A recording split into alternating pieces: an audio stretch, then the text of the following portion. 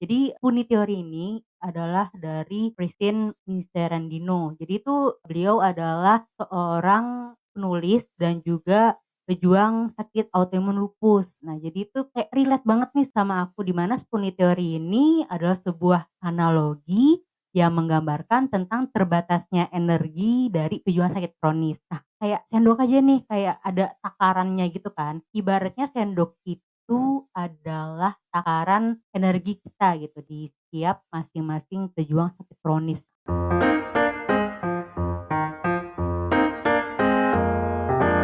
Kamu lagi dengerin Ragam Wajah Lara.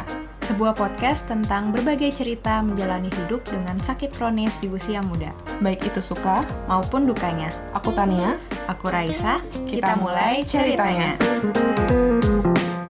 Halo Sobat Rawala, kamu lagi dengerin episode 4 podcast Ragam Wajah Lara, lagi-lagi bersama Raisa dan Tania.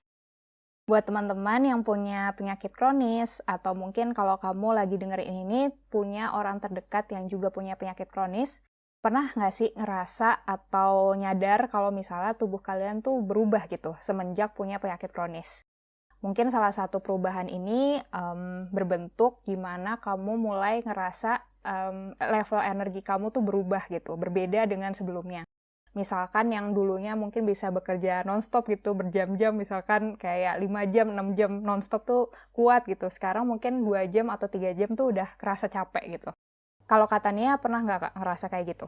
Pernah banget sih, Rai. Dan nggak hanya dalam pekerjaan ya, bahkan ketika mau ketemu sama teman pun aku jadi lebih strategis gitu mikirin, oh ini aku sudah menghabiskan energi hari ini, berarti besok aku harus recovery, berarti harus dijeda hari per hari gitu. Jadi nggak bisa, harus lebih strategis lah menentukan jadwal bertemu orang gitu, karena capek ya. Iya. Aku juga kayak gitu, sama yang aku ngeh juga ini sih, kayak aku tuh kalau bangun tidur, tapi paling mudah sih contohnya mandi gitu ya. Kayak aku tuh dulu kayak kita mungkin mandi biasa gitu ya, tapi kalau aku tuh mandi ngos-ngosan gitu, entah kenapa. Jadi kayak di kamar mandi tuh aku bahkan nyediain bangku gitu. Kalau mandi tuh sambil duduk gitu, karena kayak mandi aja buat aku tuh bisa sangat melelahkan gitu. Nah, terkait dengan itu, kita akan bahas dan ngobrol-ngobrol lebih lanjut tentang suatu teori kali ya, suatu analogi yang bisa ngejelasin kenapa sih orang dengan penyakit kronis itu level energinya berbeda gitu dengan orang yang nggak punya penyakit kronis. Nah, tapi untuk bahas topik yang sangat menarik ini, yang seperti di judul adalah Spoon Theory 101 gitu ya, kita akan bersama dengan bintang tamu gitu ya, narasumber yang kita rasa cocok banget ya Kak bahas topik ini. Kita sapa bersama yuk Kak Deanda dari @spoonistory. Halo Kak Deanda. Halo Raisa dan Tania. Halo Kak, gimana kondisi hari ini?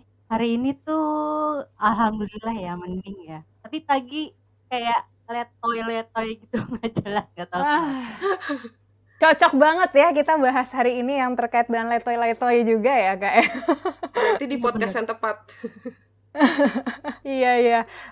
Ya tapi ya aku relate juga sih. Tapi sebenarnya juga tadi pagi aku juga capek-capek gitu. By the way teman-teman, fun fact banget, kita ini sebenarnya janjian rekaman jam 10 pagi dan sekarang udah sore. Nah tadi pagi itu singkat cerita aku juga kayak untungnya kita nggak jadi rekaman pagi karena aku tuh letoy-letoy juga Kak. Kayak aku beneran kayak waktu Kak Deanda bilang kayak bukannya jam 10 ya Rai? Beneran jam 10 itu aku masih di kasur. Tapi anyway ya sangat relatable lah Kak. Dan mungkin kita bisa ngobrol-ngobrol lebih lanjut lah ya Kak tentang letoy-letoy tadi. Nah, oke Kak, mungkin boleh juga dong kenalin diri lebih lanjut tentang siapa Kakak, kesibukan Kakak, dan tidak lupa juga diagnosis penyakit kronis yang Kakak miliki. Oke, jadi perkenalkan, nama aku Deanda. Biasanya tuh aku dipanggilnya Dea, kadang Dean sih. Aku tuh orang di balik akun Spoonie Story. Jadi itu saat ini aku tuh tinggal di Bekasi, kota yang dibilang planet lain itulah.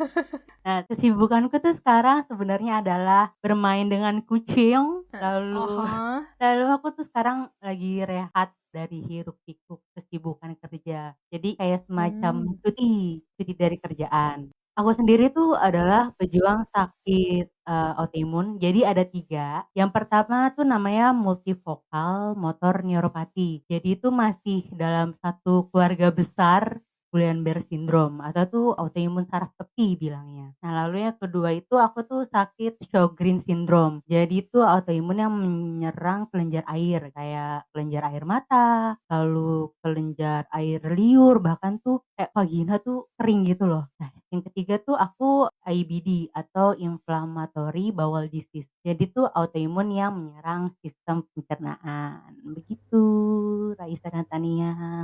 IBD itu berarti setahu aku tuh ada dua ya Kak, yang ulcerative colitis sama Crohn disease ya. Nah, itu ada antara dua itu Kak atau ada yang lain? Kalau aku yang Crohn disease. Oh, Crohn disease, I see, I see. Iya, jadi aku di kolonoskopi kan. Jadi tuh kayak kelihatan di bagian ususnya tuh kayak meradang gitu loh. Oh, I see, Kak. Berarti ini penyakitnya apakah kayak kita bisa bilang hat-trick, Kak? Ada 3. Dari 3 penyakit ini, Kakak mulai sakit ini sejak usia berapa, Kak, kalau boleh tahu? Usia berapa ya? Aku tuh sebenarnya lupa kalau ngomongin usia ya. Jadi aku ingatnya tuh tahun kali ya. BTW aku umurnya 29 tahun sekarang nih. Jadi aku tuh sebenarnya awalnya tuh tahun 2019 sempet suara tuh habis selama 2 bulan. Jadi tuh Suara. Oh, iya oke. suara. Jadi tuh ke THT sama ke penyakit dalam dilihat tuh kayak ah nggak apa-apa gitu katanya. Nggak radang juga padahal. Jadi katanya mungkin kecapean. Gitu kan. Nah loncat lagi ke 2022 tuh aku tuh kayak sulit jalan gitu loh. Kayak robot. Kayak bangun tuh tiba-tiba kayak robot gitu. Terus lambat laun tuh aku tuh kayak getting worse gitu loh. Jadi kayak lumpuh. Bahkan tuh nggak bisa gerak. Nggak bisa ngomong juga. Dan sempet kayak sesak nafas gitu deh Raisa Tania.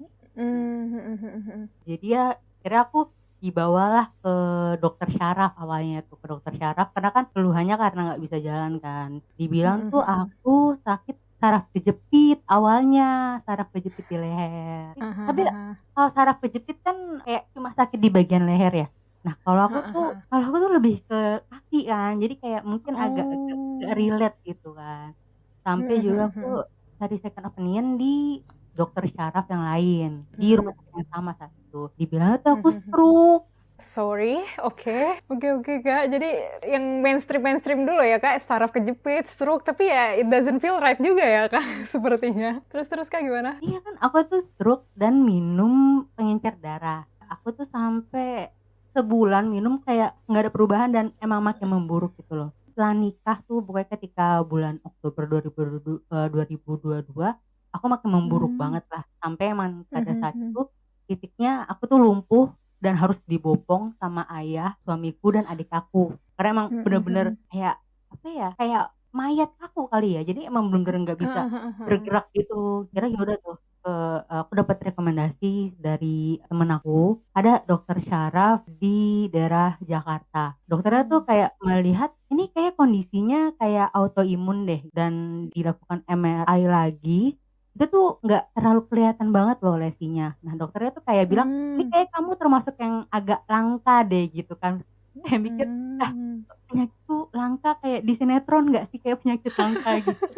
Iya. Gitu. Aku tuh jadi inget kayak dulu tuh buku harian Najla gitu loh yang tiba-tiba Ataksia ini. I see. Terus Kak? Terus tuh akhirnya aku tuh nanyalah ke RSCM juga kan, bisa nggak sih kalau aku tuh tes namanya antibody ganglioside. Ternyata tuh nggak bisa, di Indonesia tuh nggak ada tes itu. Aku mikir wah masa Indonesia nggak ada sih, kayak dulu mikir kan ngapain sih orang berobat ke luar negeri. Nah mungkin itu salah satunya. Gak semua laboratorium itu yang dipengen sama dokter syaraf tuh ada gitu. Akhirnya mau nggak mau aku tuh ke luar negeri, waktu itu ke Kuala Lumpur. Dalam keadaan didorong sama ayahku naik kursi roda gitu kan. Mungkin kalau sekarang kan pahit-pahitnya ya, biasanya kan kita yang dorong orang tua. Tapi nih aku kebalikan, aku yang diliatin sama orang-orang tuh didorong pakai kursi roda. Nah di situ tuh baru kelihatan sebenarnya aku tuh sakit autoimunnya tuh autoimun apa. Dan ternyata itu sakit yang multivokal motor neuropati. Terus yang kedua tuh aku baru kelihatan juga ada Sjogren karena aku ada keluhan kayak suaraku habis terus kayak tau gak sih kayak rasa tuh kayak kering kayak puasa kayak tiap hari rasanya puasa mulu. Kayak udah minum yang banyak, aku tuh minum tuh termasuk banyak minimal lah 2 liter gitu kan. Aku ngerasa kayak haus banget. Ternyata dicek karena profile terus tes saliva, air liur gitu berapa sih volumenya, sama cek air mata ternyata emang nilainya tuh minus lah, nggak sesuai dengan standar. Nah di situ kelihatan baru kalau aku tuh sakit Sjogren gitu. Tahun ini baru ketahuan juga ada IBD karena perut aku tuh sering sakit, dibilangnya tuh kering kayak emah gitu kan. Dikasih obat lansoprazol lah, semacam antasida juga tuh kayak nggak membaik banget gitu kan. Terus ternyata pas lagi dilihat tuh ada ini peradangan di usus juga, jadi kayak lengkap lah sudah. Ya tadi ya hat trick ya kak ya, tambah gol lagi, gol lagi, gol lagi, dapat diagnosis. Oke kak, berarti aku nangkepnya berarti yang paling awal tadi ya, yang multifocal motor neuropathy ini ya, itu diagnosis utamanya gitu ya kak? Iya. Oke. Dan tadi aku ngitung kak, by the way. Tadi aku ngambil pulpen bentar, aku penasaran ngitung. Kalau sekarang 29 tahun, kalau tadi awal gejalanya 2019 ya kak ya tadi ya? Iya, aku inget tuh. Sebelum COVID. Oh, sebelum COVID. Oke, berarti ya sekitar 6 tahun yang lalu ya. Kalau 2019 berarti usia kakak tuh saat itu kalau sekarang 29, iya kan ya kak? 29 kan ya kak Iya, bener, tahun ini? bener. Ya, Iya, itu bener. 23 tahun. Oke, fun fact, bukan fun fact juga ya, mungkin mengingat kembali, refreshing, aku waktu itu diagnosisnya usia 17 tahun. Kalau kata Nia, berapa sih? Aku Waktu berapa ya? mau sidang 21. skripsi nggak sih? Iya, aku 2019 juga tuh. Ini ada apa nih di tahun 2019? Wah, angkatan 2019 nih. Iya, sama. Berarti aku seniornya kata Nia sama Kak Diana dong. Lebih dulu ya didiagnosis.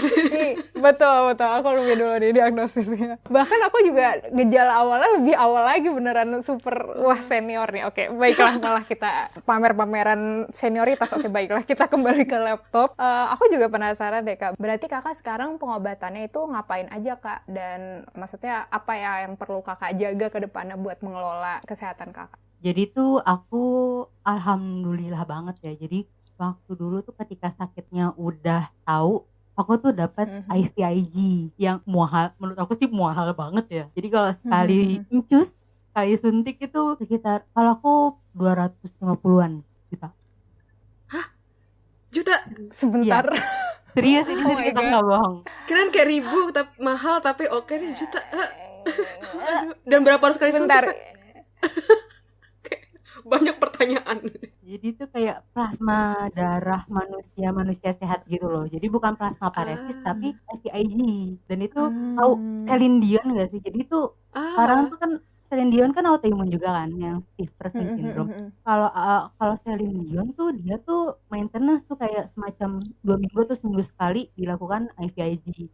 Karena aku adalah manusia biasa ya, bukan Tuh, bukan Celine Dion ya kak ya? bukan Celine Dion ya. Jadi aku kayak sekali aja tuh udah ya Allah mahal banget. Untung aku dapat asuransi dari kantor. Aduh, kalau enggak kayak aku jual ginjal juga nggak laku gitu. Iya sih. Itu berarti kakak IVIG-nya di Malaysia atau di Indo? Aku di Indo waktu itu. Jadi kebetulan ada. Kalau di Indonesia tuh paling besar tuh namanya merek Gamaras. Waktu COVID tuh kalau orang yang udah mulai mendekati ajalnya tuh dikasihnya itu, setahu aku. Wow, sangat itu ya kak ya, sangat apa ya, kayak bener-bener mengejutkan banget sih, kayak 200, berapa tadi kak, 200-an juta gitu ya, wow. Tapi dari situ gitu ya, pengalaman kakak untuk perjuangan banget sih ya, kalau aku rasa gitu ya, sesama orang dengan penyakit langka aku paham banget perjuangan mencari diagnosis itu segimana hanya gitu ya. Tapi aku boleh tahu nggak kak reaksi kakak saat tadi ya tahu ternyata punya penyakit langka, harus ya tadi ya ganti-ganti rumah sakit untuk dapat diagnosis, itu secara emosional kakak rasanya kayak gimana sih kak? Dan juga mungkin bisa include apa namanya tadi biaya pengobatan yang kayak Celine Dion itu gimana kak rasanya? Awal tuh mungkin kayak teman-teman kali ya, kayak ngerasa depresi gitu. Karena bener penasaran juga sih kayak apaan, gue sakit apa sih gitu kan. Karena ada yang bilang pikiran deh, psikosomatis deh gitu. Terus kayak aku mikir, Aduh kesel banget, sorry kak. Oke lanjut. Ikut marah. Ikut marah nih, tapi sorry mau motong kak, lanjut. kayak aku merasa aku bengong aja, masa psikosomatis gitu kan. Terus ada juga dibilang kayak diguna-guna deh gitu, kayak ada orang yang nggak suka sama kamu. Ini beneran ya Allah, kayak siapa yang guna-guna gue, emang gue sehit Celine Dion apa?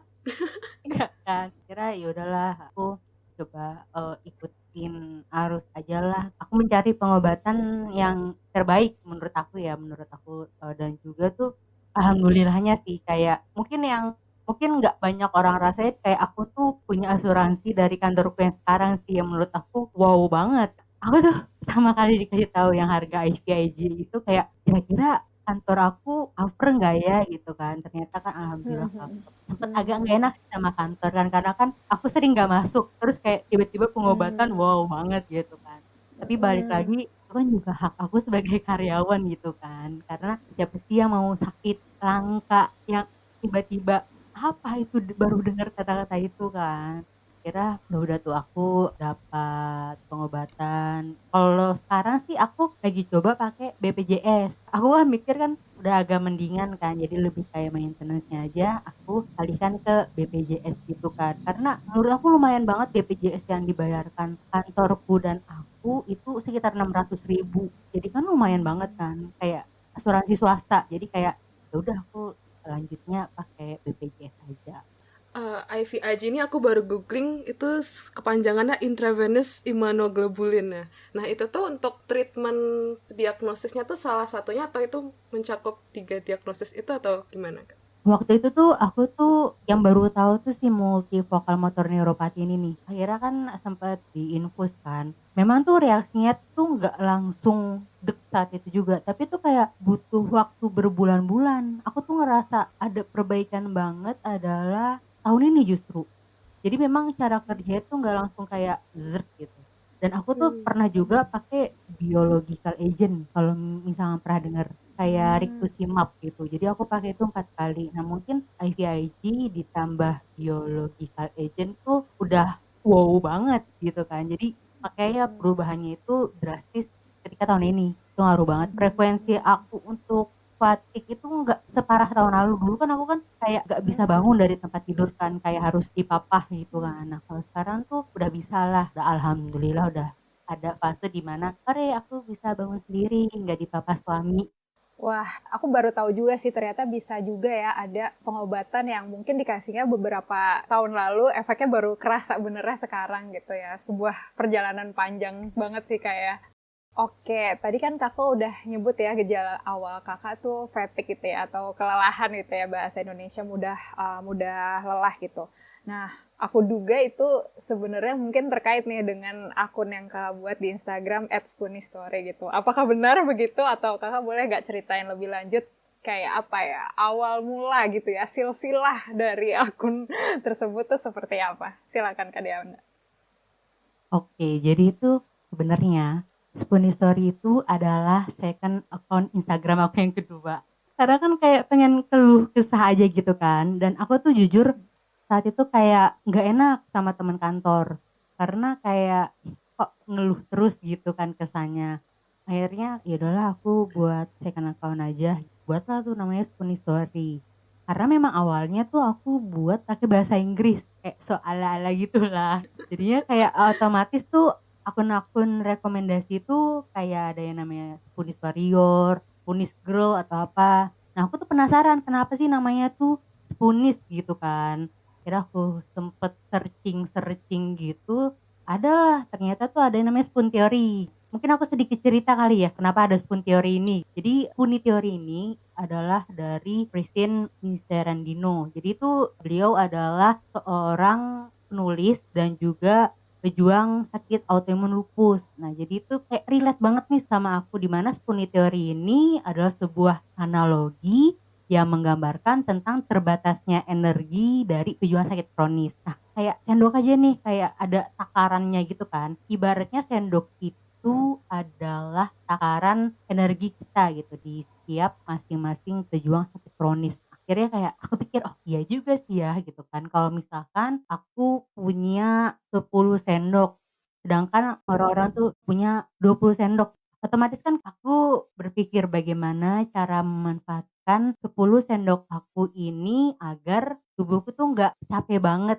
Akhirnya aku terapin sih hal itu kan. Ternyata kayak oh ini berguna juga gitu. Sambil buat second account sambil cari-cari juga tuh tentang Spoonie Theory. Oh ternyata ada manfaatnya ya. Kayak gitu sih. I see Kak. Jadi dari itu ya sebenarnya awalnya dari keinginan berkeluh kesah untuk ya sih paham banget kayak maksudnya kayak mungkin kita ngerasa nggak enak gitu ya ngomongnya negatif mulu karena tapi emang beneran kita mengeluh itu gitu loh tapi nggak punya banyak saluran kali ya nggak punya banyak saluran buat sharing buat cerita jadi ya mungkin pelariannya gitu ya dalam tanda kutip adalah dengan bikin akun itu. Berarti dari yang awalnya sebenarnya pengen curhat gitu ya, pengen berkeluh kesah, yang mana aku pribadi relate banget sih. Kayak aku ngerasa juga orang dengan penyakit kronis tuh nggak punya banyak saluran gitu ya buat ngeluh tanpa merasa merepotkan orang lain gitu. Tapi anyway, dari situ juga kakak akhirnya juga tadi ya bertemu dengan suatu analogi yang ternyata relate dengan kondisi kakak dan ternyata juga membantu kakak gitu ya dalam tadi ya memanajemen energi yang kakak miliki gitu karena penyakit kronis yang dimiliki. I see Kak. Terus kakak ngerasa gimana tuh setelah mengembangkan akun itu dapat respon seperti apa sih di Instagram? Terus penghayatan pribadi kakak setelah bisa sharing terus punya dapat respon dari followers kakak itu kayak gimana? Kalau aku tuh pasti tuh dulu tuh ngerasa sendiri ya karena mungkin kayak kok di sekitarku kok kayaknya sehat-sehat aja gitu. Mungkin kalau sakit paling sakitnya cuma kayak masuk angin gitu kan. Nah ini aku sakitnya cukup aneh menurut aku saat itu. Ternyata kayak oh di luar sana sama ada kondisinya kayak aku. Aku sih kayak aku sebenarnya jujur nggak expect sih kalau Spoonie Story ini akan berkembang gitu karena aku ya udah buat aja video-video gitu kan. Ternyata FYP kan, banyak banget yang FYP gitu kan. Jadi kayak, "Oh, kok banyak?" Gini kan. Ya udahlah kita coba buat yang lain gitu kan. Kayak aku sempet buat oh ya, jadi aku tuh lagi rencana lagi buat ebook, lagi proses sebenarnya. Ebook dari cerita teman-teman yang sakit kronis juga gitu kan. Lalu juga akhirnya ya udah si Spoonie Story ini ngebuat komunitas WhatsApp grup yang isinya tuh random sih ya. Ini literally random, bahkan kayak kalian tuh ngomongin kucing aja tuh ada di situ di grupnya gitu kan. Kayak ini grup akun kesehatan apa ini? Ngomonginnya banyak banget yang aneh gitu kan. Terus tuh ada juga kita ngebuat acara yang mungkin simple sebenarnya, kayak permainan Gartic. Mungkin ada yang pernah tahu Gartic gitu kan. Jadi teman-teman dari Spoonis kita main Gartic kayak tebak gambar yang digambar pakai jari gitu kan. Jadi mereka nebak dan itu ternyata antusiasnya tuh besar. Nah, di situ aku melihat bahwa oh, sebenarnya teman-teman yang punya sakit kronis ini butuh kegiatan online kali ya yang melibatkan teman-teman gitu kan. Karena ya namanya kita juga makhluk sosial kan balik lagi kayak butuh berkomunikasi. Even kalian tuh introvert. Jadi kayak oh ternyata si Spoonie Story ini lumayan lah ya membawa manfaat untuk teman-teman yang sakit kronis. Ya udah kayak berjalan aja gitu kayak ada suatu ide ini ya udahlah jalan aja nggak mikir. Aku penasaran sih, tadi ada grup WA itu ya. Itu anggotanya berapa banyak, Kak? Kalau sekarang ada 214. Oh, wow. Tapi itu nggak chaos nggak, Kak? Misalnya kayak ini ngomongin kucing, terus ini ada topik baru gitu, atau kayak fun-fun aja gitu? Agak random ya. Jadi itu misalkan tapi nggak tahu sih. Jadi kayak ada orang ngomongin kucing. Ya udah tuh kayak dalam satu topik itu ngomongin kucing aja. Nah nanti tuh ada yang ngomongin misalkan tentang makanan. Nanti tuh kayak ngomongin makanan aja. Jadi kayak natural gitu ya pergantian. Topiknya tuh kayak random aja. Bahkan tuh ngomongin tentang jodoh juga ada. Apa aja ada deh. Emang agak random. Dan di situ sebenarnya grup WhatsApp-nya ada dokter. Jadi tuh ada dokter gigi. Kebetulan juga sakit autoimun RA. Lalu juga ada ahli gizinya. Jadi sebenarnya tuh kalau misalkan mau mention, boleh nggak sih kita makan ini misalkan ya, itu insya Allah dijawab biasanya. Terus juga ada dokter syaraf, kalau misalkan ada pertanyaan mengenai syaraf ya secara umum, insya Allah sih biasa dijawab. Sama ada dokter alergi imunologi aku, jadi aku kayak ngajak dokter aku kan, dok ikut dong WhatsApp grup aku gitu kan, untuk memeriahkan aja. Kira mau. Wow, banyak banget sih ya Kak isinya dan aku senang sih ikut senang mendengarnya kalau gimana tadi ya maksudnya teman-teman yang punya sakit kronis tuh mau saling ngasih support jadi teman buat satu sama lain dan aku juga ikutan senang mendengar Kakak juga merasa kayaknya aku tadi menangkap kakak merasa oh ternyata bermanfaat ya, maksudnya saya bisa ya membantu teman-teman yang seperjuangan dengan saya. Nah mungkin kita balik lagi ke spoon teorinya gitu, dan sebenarnya tadi aku pengen ngobrol lebih lanjut sih tentang gimana kayak komunitas gitu ya, komunitas mendukung pasien, tapi mungkin itu kita simpen buat episode yang lain. Tapi kita balik lagi ke spoon teori tuh, kalau dari kakak ngerasa relate bangetnya itu di bagian mananya sih Kak, kalau boleh tahu? Yang kan tadi ya terbatas, terus harus memporsikan energi kita untuk beraktivitas. Ada nggak aspek tertentu dari teori tersebut yang kakak paling, wah ini menggambarkan aku banget gitu? Ada sih ya. Jadi itu aku sebenarnya lebih relate dengan pekerjaanku. Jadi kan pekerjaanku itu berkaitan dengan orang gitu kan. Karena aku kerja di bank, jadi berkaitan dengan nasabah. Dan juga aku tuh harus keluar kantor untuk cek proyek. Aku kan khususnya kayak proyek perumahan gitu. Nah, side-ku ini itu kan lebih kegerak gitu kan. Jadi mau nggak mau aku harus jalan, dan itu kan dilakukannya itu cukup panas ya. Karena kan aku kan wilayah yang harus aku lakukan survei itu daerah Cilengsi, Jonggol, Kabupaten Bogor. Itu kan panas pol gitu kan. Jadi itu otomatis sendoknya ini nih, semua sendok itu tuh langsung habis pada saat itu juga. Karena aku mau nggak mau harus jalan, terus harus kepanasan, karena pasti tuh panas banget, walaupun di dalam mobil aku ngerasa tuh panas banget. Dan juga tuh aku ngerasa capeknya tuh luar biasa. Sampai di mana ketika aku habis kerja, pasti tuh aku selalu flare tambah berat. Kayak sesak napas, lalu aku tuh nggak bisa jalan lagi. Biasanya tuh nggak bisa jalan lagi gitu, nggak bisa bangun dari tempat tidur. Akhirnya aku di situ berpikir, oh ya udahlah, aku semacam mengurangi aktivitasnya seperti itu dahulu gitu. Dan ternyata bener, kayak sekarang tuh kayak mengurangi hal itu dulu lah, aku jauh lebih mendingan. Nah makanya kayak kenapa Spoonie teori ini relate banget sama aku.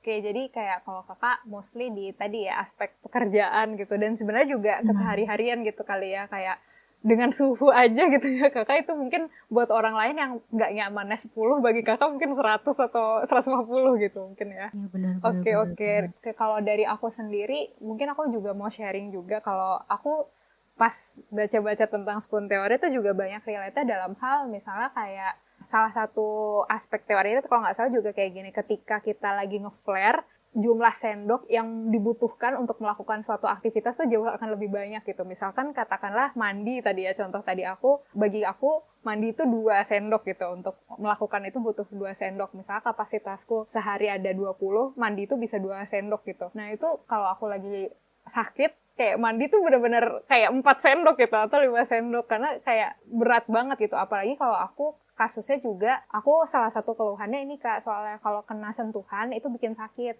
Jadi kalau kena air mandi itu buat aku gak enak gitu. Jadi kayak mohon maaf aja ya, kadang aku kalau lagi sakit banget, bagian tubuh yang sakit tuh nggak aku bersihin gitu, karena emang sesakit itu, mohon maaf gitu loh. Daripada aku makin sakit dan tidak berdaya sampai ke UGD gitu ya, mohon maaf aja gitu, aku nggak bisa bersihin bagian itu. Terus juga mungkin yang paling relate juga kayak kata Nia tadi gitu ya, ketika kita mau melakukan sesuatu jadi hitung-hitungan gitu ya, kira-kira ini butuh makan energi berapa gitu ya, kira-kira kapasitas energiku sehari tuh bisa berapa gitu ya untuk melakukan, dan ketika aku melakukan itu apakah akan habis atau bisa yang aku keep buat besok gitu sih. Jadi lebih bagaimana itu membantu aku juga sih dalam menganalogikan kalau misalnya kondisi aku tuh sebenarnya real gitu juga sih, karena kan juga orang lain mengalami itu sampai dibuat analoginya gitu kan. Jadi kayak aku merasa aku capek buat melakukan sesuatu tuh kayak bukan sesuatu yang overreaktif, karena aku sering banget melihat kalau orang-orang tuh kayak mungkin mudah menganggap remeh kita lebay gitu gak sih Kak? Apakah aku hanya merasakan kayak gitu? Jadi kayak ketika ada analogi itu aku menghayatinya juga tadi ya, oh ternyata ini sesuatu yang real ya, kalau misalnya gimana penyakit kronis itu sebenarnya juga to some extent mungkin kita bisa bilang menyebabkan disabilitas juga gitu ya, meskipun bukan artinya kita nggak bisa ngapa-ngapain, tapi emang ada efeknya juga ke bagaimana kapasitas fisik kita gitu. Kalau dari katanya ada yang mau kakak tambahin nggak terkait spoon teori ini dan gimana it relates to your experience? Sama sih kurang lebihnya. Mungkin ya elaborasi dari yang udah aku sampaikan sebelumnya gitu. Kalau janjian sama orang gitu ya, bahkan dalam pekerjaan ataupun karena misalnya dulu aku kerja full time itu work from home gitu. Itu kan kayak santai gitu lah. Kalau capek ya tidur gitu kan. Tapi kadang kan kalau misalnya makin kesini misalnya ada proyek di luar gitu harus nginep atau misalnya keluar kota apa. Nah, itu tuh berasa aduh kok capek ya dan kayaknya nggak sustainable gitu. Dan bahkan kalau misalnya mau janjian sama temen juga aku nggak pernah ya harus diselang 1 hari gitu karena kalau nggak tewas gitu kayak harus 1 hari bekerja atau 1 hari main-main 1 hari recovery gitu beneran kayak baring di kamar kayak terus kayak besoknya oke. Karena kalau nggak dipaksain justru recovery-nya jauh lebih sulit gitu. Misalnya kita paksakan 3 hari berturut-turut aktif tidak ada istirahat atau istirahatnya minimal gitu kan. Itu kayak mungkin recovery-nya kayak seminggu gitu ya atau kayak lebih lama dan lebih painful gitu. Jadi emang kadang harus belajar juga ya tahu batasannya dan menerima gitu ya bahwa oh ya udah mungkin memang realitanya sendokku segini ya udah gitu. Ya jangan dipaksain gitu dengan standar yang lain gitu. Benar-benar, karena kalau misalnya kita maksain beraktivitas terlalu berlebihan, ya malah bikin sakit gak sih, Kak? Lucunya gitu gak sih? Kita tuh kayak mau beraktivitas pengen, tapi kalau misalnya kecapean juga malah tambah sakit gitu loh. Jadi kayak serba dilematis kadang ya, maksudnya buat beraktivitas tuh jadi banyak takutnya gitu ya. Aku ngerasa ya jadi banyak cemasnya gitu untuk mau melakukan sesuatu. Dan mungkin juga aku mau nambahin juga, ngerasa nggak sih Kak kalau spoon teori itu kayak apa ya, kalau nggak salah tuh aku pernah baca di ceritanya Mbak Christine ya tadi ya, Mbak Christine. Iya benar. Iya kan ya, Mbak Christine ini kan punya lupus kan ya beliau. Terus kalau nggak salah tuh spoon teori itu muncul analogi itu ketika dia mau coba ngejelasin gimana terbatas energinya dia gitu ke temennya dia sama keluarganya dia gitu. Nah dari sini kan buat ngejelasin gitu ya, itu kayak aku merasa bahwa kayak kita sebagai orang dengan penyakit kronis tuh juga harus pinter-pinter berkomunikasi gak sih gitu. Gimana membantu, dalam tanda kutip ya, membantu orang lain buat memahami kondisi yang mereka tidak bisa pahami since mereka nggak pernah mengalami itu gitu. Terkait dengan itu juga, kakak pernah nggak coba ngejelasin ke orang lain dengan pakai analogi spoon teori ini? Aku tuh pernah, kalau ke keluarga aku sih mereka oke ya, maksudnya mereka paham, tahulah bagaimana keseharian aku.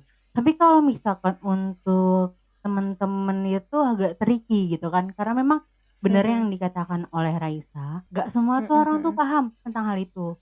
Jadi kayak udah dijelasin sampai berbusa gitu kan, kayak ini beneran udah jelasin kayak aku tuh beneran capek banget badanku sakit gitu kan. Aku tuh sampai pernah nangis waktu itu di depan atasan aku gitu kan karena aku bilang Pak saya tuh bener-bener gak kuat. Aku tuh sampai bener-bener bilang gitu karena aku waktu itu emang udah capek pol. Mungkin pernah ngerasain gitu teman-teman kan yang sakit kronis dan itu aku harus kayak harus bekerja waktu itu. Dan aku udah gak sanggup banget. Aku tuh bener-bener gak sanggup banget. Jadi mau gak mau aku sampai nangis. Agak mewek juga sih gitu kan karena aku dijelasin karena emang ini tantangan bagi kita sih yang sakit kronis apalagi kalau yang kita masih usia produktif pasti nanti dilihatnya pura-pura sakit itu tuh sering banget temenku sendiri ngomong di depan aku kayak gitu jangan kayak itu tuh pura-pura sakit itu tuh bener-bener Ya kan, sebenarnya Kak? sakit hati sih bener aku kan gitu kan tapi aku balik lagi aku kan nggak pura-pura sakit aku beneran sakit gitu kan dengan segambreng diagnosa itu kan jadi ya udahlah aku yang penting di situ aku berpikir ya udahlah aku menjelaskan ke mereka terserahlah mereka ingin menyikapinya bagaimana karena itu di luar kontrolku adalah aku menyampaikan aku punya keterbatasan energi nih kalau misalkan di push lebih lama ya aku bakalan lebih sakit bahkan kayak bisa meninggoy ntar. Iya sih, dan balik lagi meskipun orang lain belum tentu ya bisa menerima penjelasan kita, tapi at least kita udah usaha juga ya untuk berkomunikasi sejelas mungkin dan dengan tetap ada harapan juga ya orang lain bisa menerima kita dan bisa memahami kita. Tadi kan banyak bahas tentang energi gitu ya, level energi jadi lebih minim gitu ya dengan adanya penyakit kronis ini. Nah, kalau dari pengalaman Kak Dianda, apalagi sih hal-hal yang mungkin jadi sedihnya jadi menghambat kakak gitu dalam kehidupan karena adanya penyakit kronis ini? Kalau aku selain pekerjaan kali ya, itu emang ngaruh banget sih ya. Aku mungkin ada orang terdekat dulunya itu menurut aku sih cukup intens karena sering ngobrol, sering main. Sekarang tuh aku udah gak sama sekali, udah gak pernah ngobrol, udah gak pernah ketemu lagi. Itu ngaruh banget.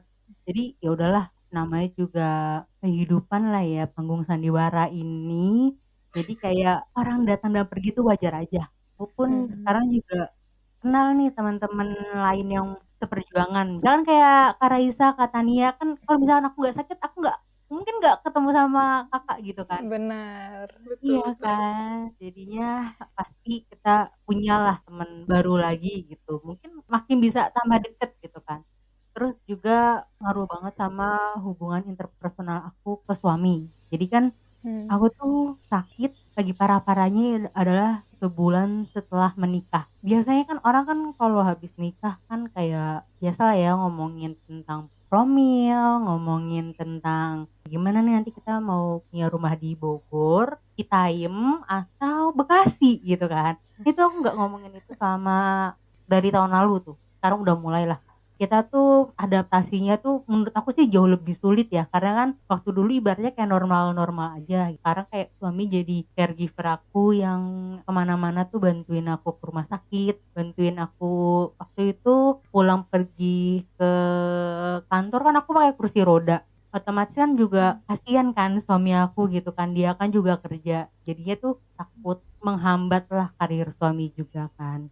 Dari situ aku melihat kayak oh ya udahlah aku cut dulu lah kayak harus ada yang kurelakan nih gitu kan kayak pekerjaan aku akhirnya ya udahlah aku melihat oh ternyata memang ada signifikan juga untuk kesehatan aku gitu kan dan juga untuk hubungan dengan keluargaku terutama suami ya jadinya karena kita udah naik turun udah kayak berantem itu kan suatu hal yang normal ya ketika pernikahan jadi kayak makin tahu lah makin deket kalau sekarang kayak mesra-mesranya gitu lah. Berarti tadi ada aspek pekerjaan, pertemanan, bahkan sama pasangan juga ya, itu semuanya berpengaruh. Tertarik dengan yang pertemanan tadi karena kan jadi merenggang ya hubungannya sejak sakit ini. Tapi ada nggak sih Kak yang justru positifnya gitu? Ada nggak sih kayak orang-orang terpilih ya, atau orang-orang yang bertahan gitu? Maksudnya kan kadang ya orang nggak bisa dikendalikan, tapi kan mungkin ada nggak sih yang bertahan, yang pergi tadi dari bahas gitu, yang bertahan ada nggak Kak? Ada banget. Itu memang sahabat aku banget ya. Tapi tuh kita tuh jauh sih. Jadi memang sudah terbiasa untuk berkomunikasi jarak jauh. Kayak LDR friendship kali ya. Jadi itu dia temen kuliah aku dari S1 tuh kan. Dari 2012. Nah sampai sekarang tuh komunikasi segala macam. Dia emang gak bisa datang tapi kayak dia tuh selalu hadir loh. Kalau misalkan aku chat dia bales. Dia nanyain kabar aku bahkan sampai sekarang gitu jadi kayak menurut aku tetap aja sih ada orang yang benar-benar yang emang sayang gitu sama kita tuh ada juga sebenarnya aku appreciate banget sih sama dia gitu kan karena bener sih kata Kak Tania kalau misalkan ternyata tuh ketika kita sakit terfilter lah orang yang bener-bener real friend sama orang yang ya udah cuma butuh aku doang itu banyak banget itu terbukakan sih Kak. Ih, bener deh ada yang temen aku tuh aku bukan menjelekan ya tapi ada satu teman aku yang dia tuh kayak selalu baik-baikin aku segala macem tapi ketika aku sakit dia nggak pernah datang nggak pernah jengukin nggak pernah ngucapin bagaimana ya udah hilang aja gitu terus aku kayak aku di blok deh ini beneran aku nggak bohong padahal aku juga Sampai di blok. iya beneran karena aku nggak bisa ngeliat story dia ketika aku lihat akun satu lagi dia ada posting story gitu berarti aku beneran di blok padahal aku nggak melakukan apa-apa mungkin dia takut kali aku dipinjemin uang padahal aku juga nggak minjem uang. Ya, jadi banyak sih kayak selain mengenal diri sendiri kayak oh ternyata batasan kita gini, ternyata kita rasanya gini kalau diperlakukan orang lain. Tapi jadi mengenal juga ya kayak oh orang lain tuh macem-macem ya gitu ragamnya gitu. Dan ya emang kadang-kadang mungkin ketika ada komentar-komentar nggak enak atau perlakuan yang nggak enak, kadang kita take it personally juga kan kayak oh, apa jangan-jangan mungkin aku gitu. Tapi pada akhirnya kan kayak ya udah mungkin it's about them gitu ya udah aku gitu nggak usah ngurusin responnya mereka cari aja yang terpilih gitu lah orang-orang yang emang udah terbaik gitu. Iya, aku juga relate juga sih sama ceritanya Kak Deanda, bener sih people come and go gitu ya, dan alhamdulillahnya kakak juga dengan memiliki penyakit ini jadi kenal kita gitu ya. Aku juga kayak gitu juga gitu, semenjak sakit kayak aku banyak kenal selain katanya Kak Deanda sama Kak Habibah juga, pembicara episode 3. Itu kalau misalnya kita nggak sakit mungkin katanya nggak akan, hai Habibah.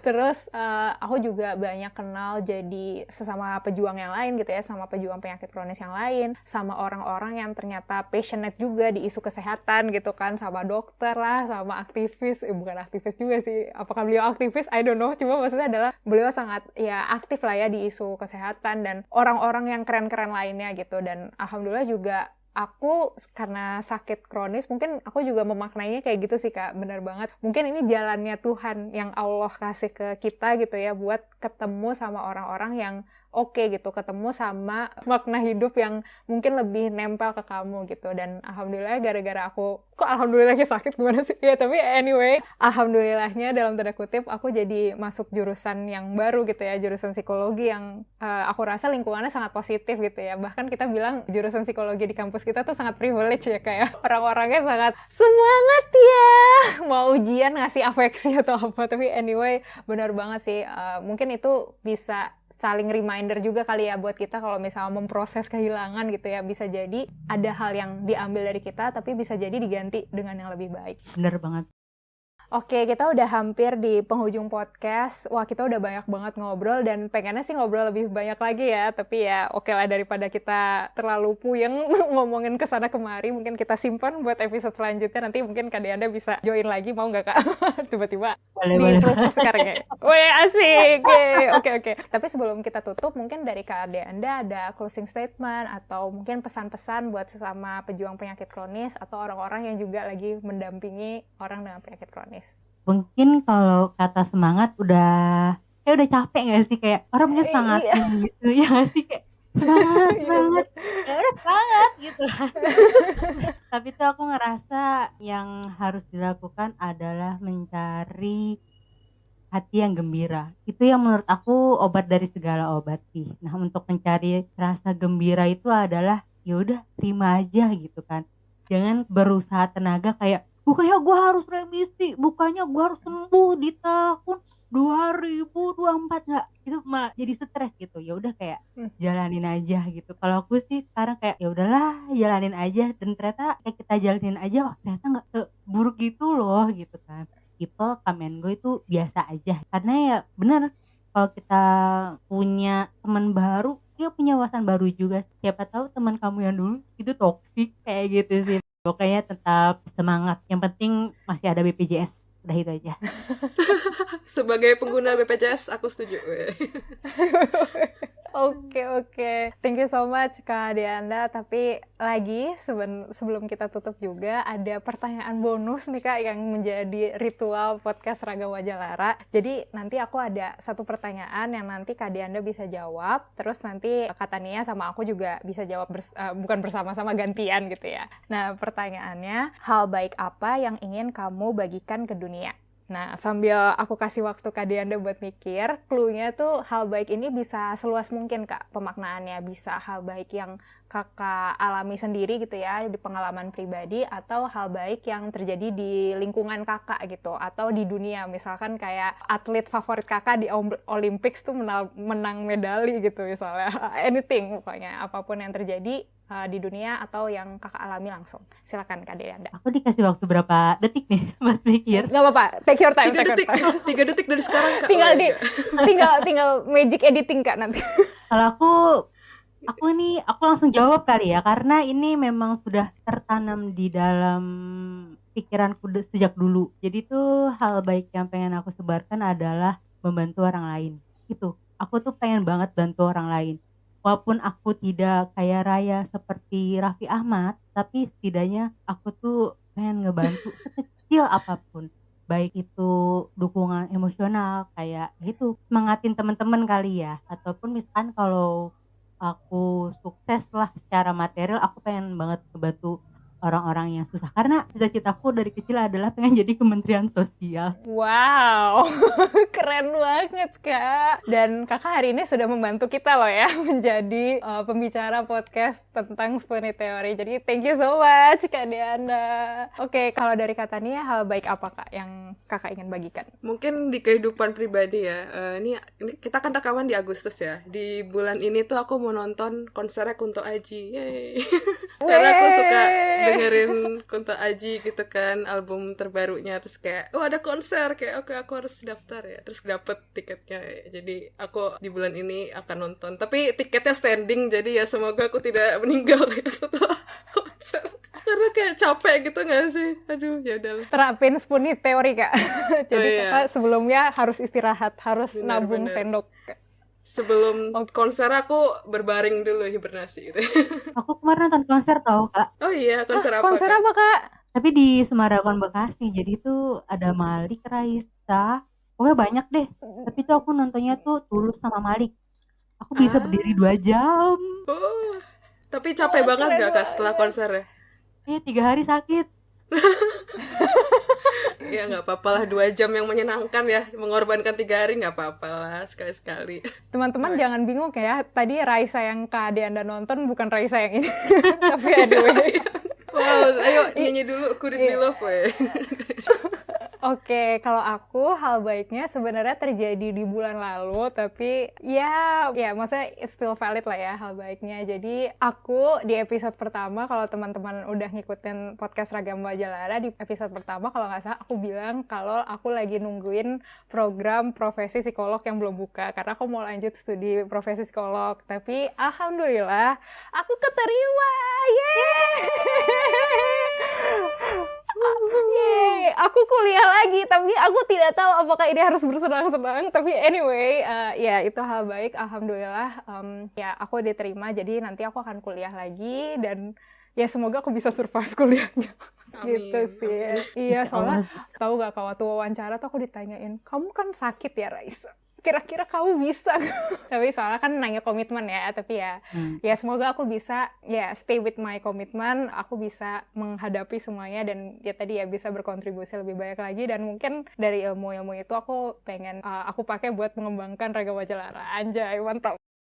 Udah, mungkin segitu aja untuk podcast kali ini. Terima kasih yang banyak bagi Kak Deanda yang udah ngebantu kita hari ini, dari Spoonie Story yang udah berbagi cerita dan perspektifnya di podcast episode kali ini. Terima kasih juga untuk Sobat Rawala yang udah dengerin podcast ini sampai detik kali ini, dan jangan lupa juga follow podcast ini di Spotify. Oh ya, juga sebagai info, kalau misalnya teman-teman bisa loh kasih rating 5, bintang 5 seperti di Gojek, nyebut merek.